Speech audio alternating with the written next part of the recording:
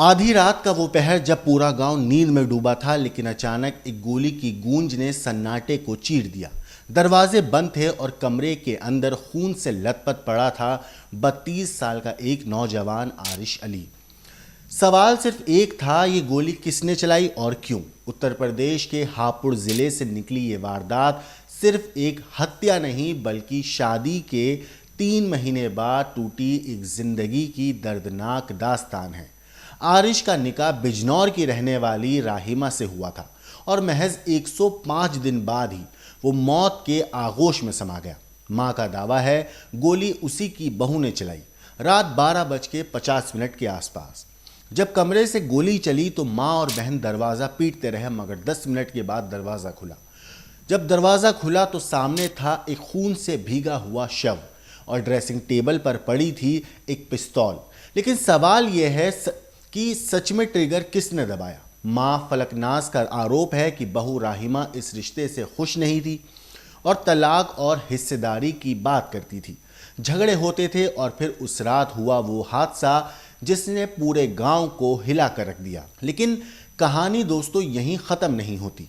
इस सनसनीखेज मामले में एफआईआर दर्ज होने में पूरे 10 दिन लग गए। 3 बार थाने में चक्कर, लेकिन कोई सुनवाई नहीं हुई। आखिरकार एसपी से शिकायत के बाद दर्ज हुआ मुकदमा, लेकिन आरोप है कि पुलिस ने पत्नी राहिमा को पूछताछ के बाद छोड़ दिया था और तभी से वो गायब है। गांव वालों का गुस्सा अब पुलिस पर है।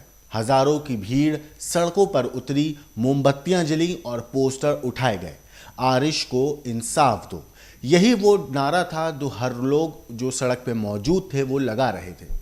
राहिमा को गिरफ्तार करो। गांव से कब्रिस्तान तक निकला कैंडल मार्च इस बात का गवाह है कि ये केस अब सिर्फ एक हत्या नहीं, बल्कि इंसाफ की जंग बन चुका है। रहस्यमय सवाल दोस्तों वही है, क्या सच में पत्नी ने ही अपने पति का कत्ल किया, या फिर इस खून के भीगे सच के पीछे कोई और चेहरा है? पुलिस का दावा है कि जांच जारी है, लेकिन आरिश की मां और पूरा गांव अब सिर्फ एक जवाब चाहता है कि आखिर उस 32 साल के नौजवान का कातिल कौन है। और इस वीडियो के आखिर तक आपको कई चीज़ें पता चलेंगी, तो वीडियो को अंत तक ज़रूर देखिएगा। नमस्कार, मेरा नाम है मोहम्मद आसिम और आप देख रहे हैं क्राइम तक।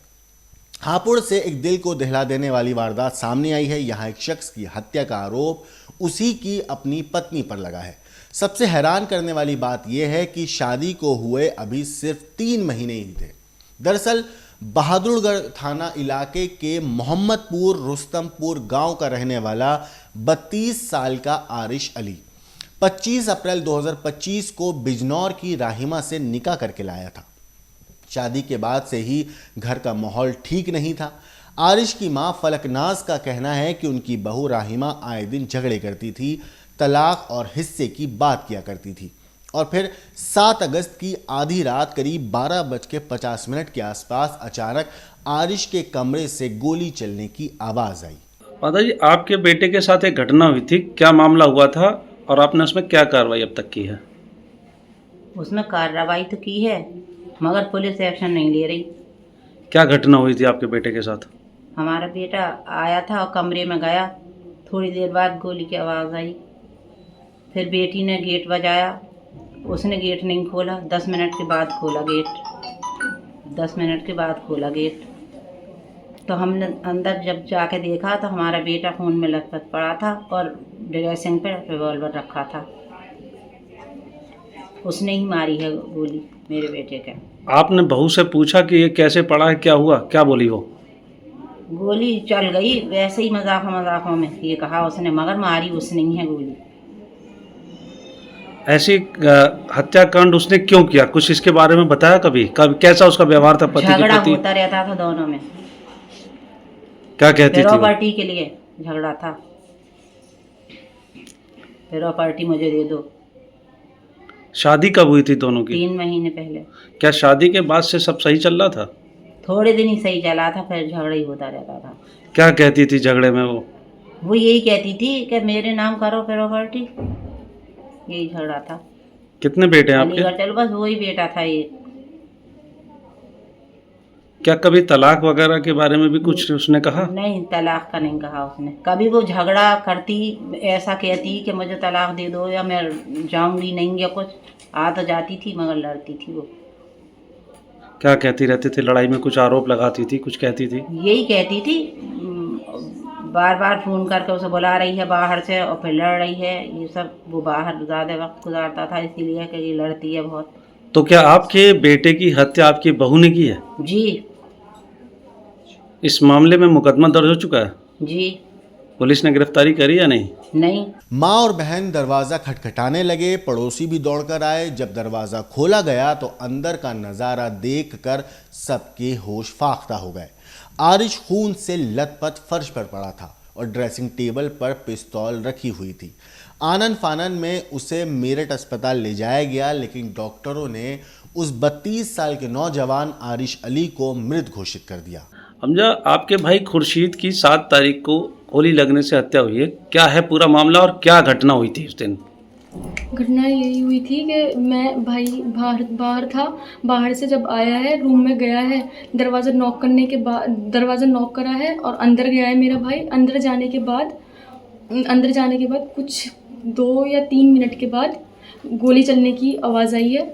मैं भागी बाहर बुलाने के लिए भाई को कि आवाज़ आई है कहीं से। मैंने दरवाज़ा खटखटाया, दरवाज़ा 10 मिनट तक नहीं खुला, दरवाज़ा बंद था और मेरा भाई खून में मतलब हुआ था, बहुत ज़्यादा होश में नहीं था, बेहोश था।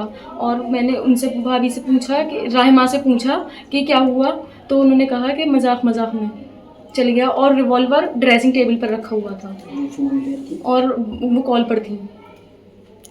फिर किसको कॉल कर रही थी? ये मुझे नहीं पता, लेकिन वो कॉल पर थी।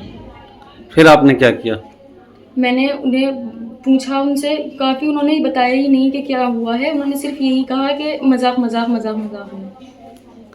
तो फिर आपने पड़ोसी को बुलाया? कुछ ऐसी जी, घटना मैंने अपने चाचा को दरवाजा जाकर बुलाया, भागकर जाकर मैं गई वहाँ से। जब मैं आई हूँ, मेरे चाचा को लेकर आई हूँ मैं, तो वो तब भी लाइन पर थी, मतलब कॉल पर थी।